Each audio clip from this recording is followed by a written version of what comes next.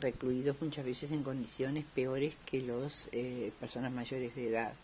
Por eso, cuando se habla de la baja de imputabilidad, creo que se parte de un supuesto que no es que es falso. Digo, los menores son responsables y cumplen condenas y en todo caso podríamos pensar en reformar el sistema penal juvenil, en ajustar el tema de las penas, en ver si es adecuado tenerlos recluidos o si las medidas socioeducativas pueden cumplirse de otra manera, pero no pensar en que un adolescente de 16 años vaya a una cárcel de adultos y tenga el mismo tratamiento que un adulto.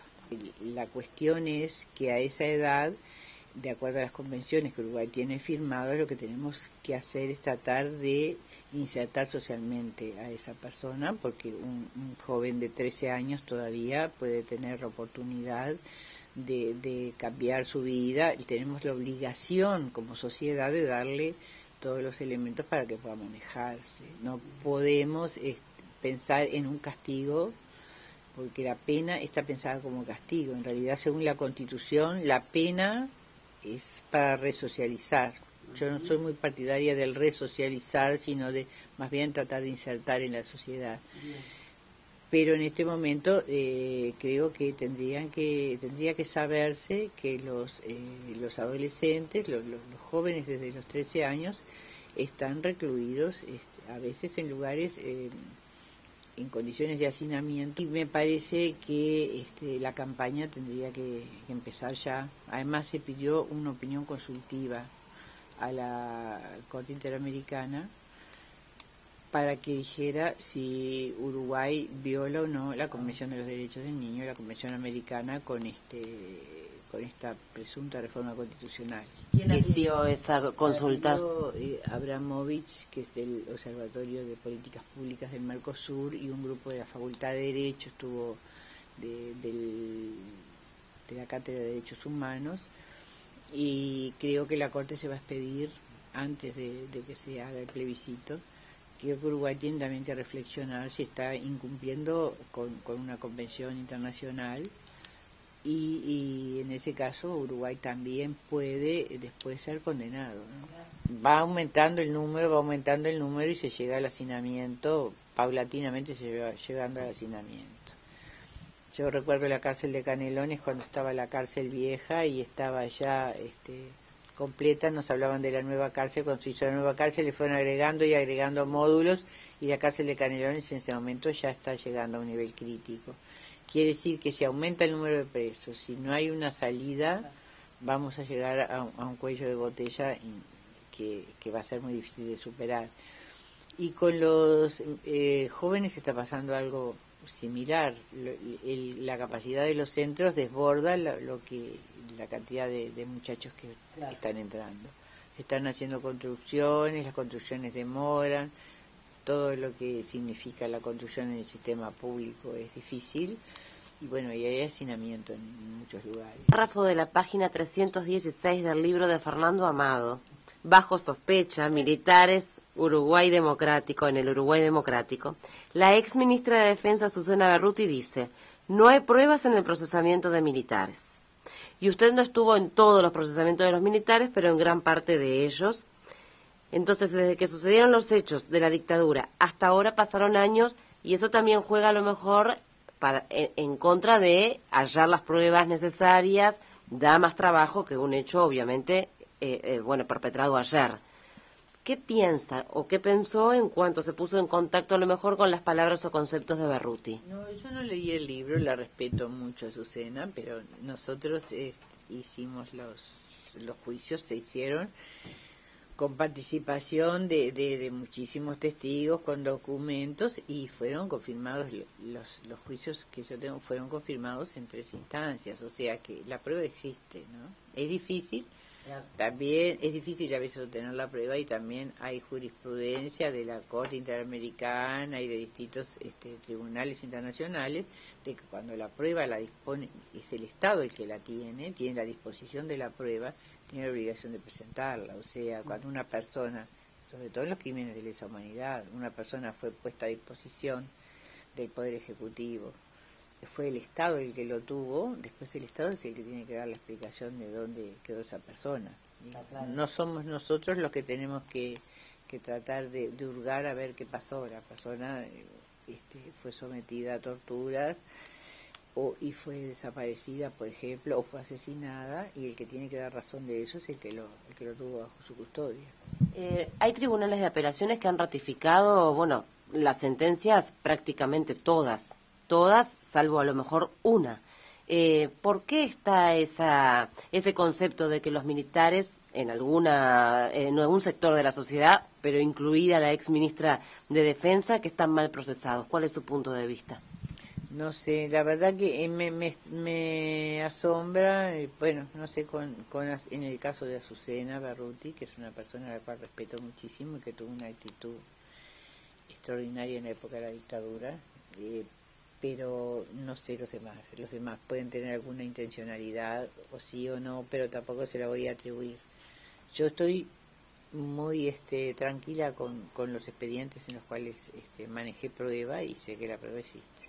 Bien. Además se lo ha ratificado los tribunales de apelaciones. Los tribunales de apelaciones, salvo hay un tribunal que está revocando ahora, que es el Tribunal Cuarto, a mi entender, también 2 procesamientos que revocó. Para mí había prueba, pero fue el criterio de ellos decir que no había prueba. Bien. Berruti también indica que tuvo una excelente relación en este libro, relata una excelente relación con el general Dalmao, y que está absolutamente mal procesado. Fue condenado a 28 años, ¿no?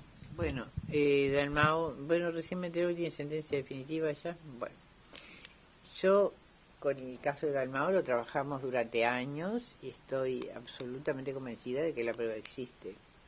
Que otra persona opine, creo que tendría que leer el expediente. Tendrían que analizar ese expediente para poder decir. Yo en general no me pronuncio sobre expedientes si no los he visto. Claro. Berruti dice que buscó en papeles a ver si había pruebas y no tuvo para ella. En papeles, en que en el expediente de Dalmau. Ella lo relata así en el libro. Bueno, no sé, voy a comprar ese libro. Bueno, en el caso de Dalmau, sí, para usted y para un tribunal de apelaciones además hubo prueba. Sí. No hay un cuestionamiento de eso, pero digo a la luz del tiempo. Y sí, llevó mucho tiempo la investigación del caso de Dalmau. Llevó mucho tiempo y se hizo con cuidado y creo que a mí me parece que hay una cuestión muy especial con Dalmau porque fue el primer general en actividad y mucha gente que lo defiende, pero yo invitaría a todo el mundo que fueran a leer el expediente con cuidado y que fueran a leer todas las actuaciones que hay en ese expediente, las sentencias, las acusaciones fiscales, las apelaciones, todo lo demás, y creo que eso le da Está bien. ¿Cree que hay un pacto de silencio entre los militares y por eso todavía no se ha revelado qué hicieron con los restos de los detenidos desaparecidos? ¿Qué le dijo la experiencia sobre esto? Y sí, hay un pacto de silencio. Evidentemente, ellos no van a hablar, los que están procesados, por lo menos con los que yo estuve hablando, ellos no van a hablar. Debe haber gente que lo sabe, digo, porque no solamente intervinieron los oficiales, intervinieron personas de grado menor. Por eso, quién sabe, una vez cuando vino el relator Pablo de Greif, deslizó que podía ser importante en Uruguay establecer una comisión de verdad pero con todas las, no como fue la Comisión para la Paz, sino una comisión de verdad como ha habido en otros países, porque en realidad nosotros no vamos a lograr procesar a todos los que intervinieron, porque hay gente que tuvo intervención colateral y no habla, porque de pronto pudiera buscarse algún mecanismo. Eso no sé si se ha conversado, si alguien lo ha pensado, pero de Greif lo insinuó que podía ser un camino. ¿Y cuál podría ser el mecanismo? Bueno, las comisiones de verdad han funcionado de distintas maneras en distintas partes del mundo, algunas muy bien, otras muy mal, pero también hay una cuestión que la comisión de verdad no puede ser un obstáculo para la justicia, pero hay mucha gente que tuvo una participación tangencial que fueron subordinados, que tienen información, y nosotros además hay algunos imputados que se murieron, o sea que esas personas no van a ser condenadas, pero lo importante es saber qué fue lo que pasó, porque la verdad histórica todavía está por conocerse en su mayoría. Para ir terminando, usted se fue de la Fiscalía, asumió aquí en junio de 2012 en la Institución Nacional de Derechos Humanos. ¿Se cansó de la Fiscalía o por qué se fue? ¿O por tanta cosa que a lo mejor la rodeó sobre el pasado reciente? ¿Qué es lo que sucedió? No me fui, la Institución de Derechos Humanos era una cuestión que a mí me interesaba de mucho tiempo atrás, porque en Uruguay era una exigencia internacional y la ley estaba desde el año 2008 y no había forma de implementarlo. Cuando ahora yo ya tengo 69 años y los confieso, o sea que yo ya estaría casi para irme, a los 70 años se cesa en la Fiscalía, y me pareció que era un momento de abrir un poco el panorama y de ver los derechos humanos desde toda la perspectiva. Acá no quiere decir que el tema memoria lo tengamos olvidado, pero también hay un momento difícil. Ahora me doy cuenta en la justicia, como que están todos los juicios prácticamente o paralizados o en una situación en un impasse muy difícil. No se ha procesado a más nadie desde hace mucho tiempo, y en cambio se han revocado procesamientos y se ha declarado la inconstitucionalidad de 2 artículos de la 18.831. Eso hace que sea muy difícil. Igual creo que caminos se podrán encontrar, pero acá hay un panorama como mucho más amplio, es como abrir la cabeza, porque las violaciones a los derechos humanos están en todos lados y la tortura puede existir hoy día, y las prácticas que quedaron de aquella época, aunque parezca mentira, pueden pervivir hoy día porque la cabeza no cambió, y porque además como no hubo en realidad no hubo acá que la gente conociera la verdad. Todas esas cosas no fueron condenadas realmente por la opinión pública. Creo que no fueron condenadas por la opinión pública por desconocimiento, porque no se sabe, porque a cualquiera que tenga un mínimo de decencia se le explica las cosas que pasaron y tiene que condenarlas, pero no los conoce.